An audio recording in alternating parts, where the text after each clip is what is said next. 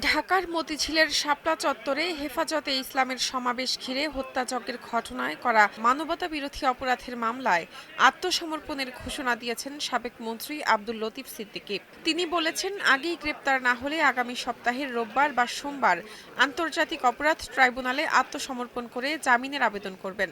আমি কিছুই বলবো না যদি আদালত আইনসম্মতভাবে আমাকে জামিনে মুক্তি দেয় এবং বিচারে উপস্থিত হতে বলে আমি তাই করবো। আর যদি জামিন না দেয় তাহলে তো যেখানে গন্তব্য সেজন্য আমি প্রস্তুত আছি।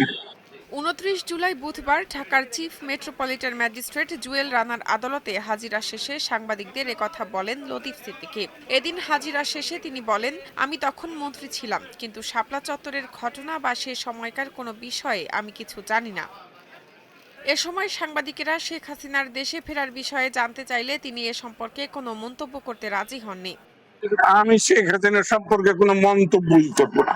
আওয়ামী লীগ থেকে বহিষ্কৃত লতিফ সিদ্দিকী জুলাই অভ্যুত্থানের পর গত বছরের আগস্টে ঢাকা রিপোর্টার্স ইউনিটিতে এক অনুষ্ঠান থেকে গ্রেপ্তার হয়েছিলেন। পরে সন্ত্রাস বিরোধী আইনের এক মামলায় তাকে আসামি করে পুলিশ। কয়েক মাস পর জামিনে মুক্তি পান তিনি। আদালত সূত্র বলছে, শাহবাগ থানার সন্ত্রাস বিরোধী আইনে করা একটি মামলায় বুধবার তদন্ত প্রতিবেদন দাখিলের দিন ধার্য ছিল। ওই মামলায় লতিফ সিদ্দিকী সহ অন্য আসামিরা আদালতে হাজিরা দেন। তবে তদন্ত সংস্থা প্রতিবেদন দাখিল করতে না পারায় আদালত আগামী ৭ সেপ্টেম্বর প্রতিবেদন দাখিলের নতুন তারিখ নির্ধারণ করেছেন।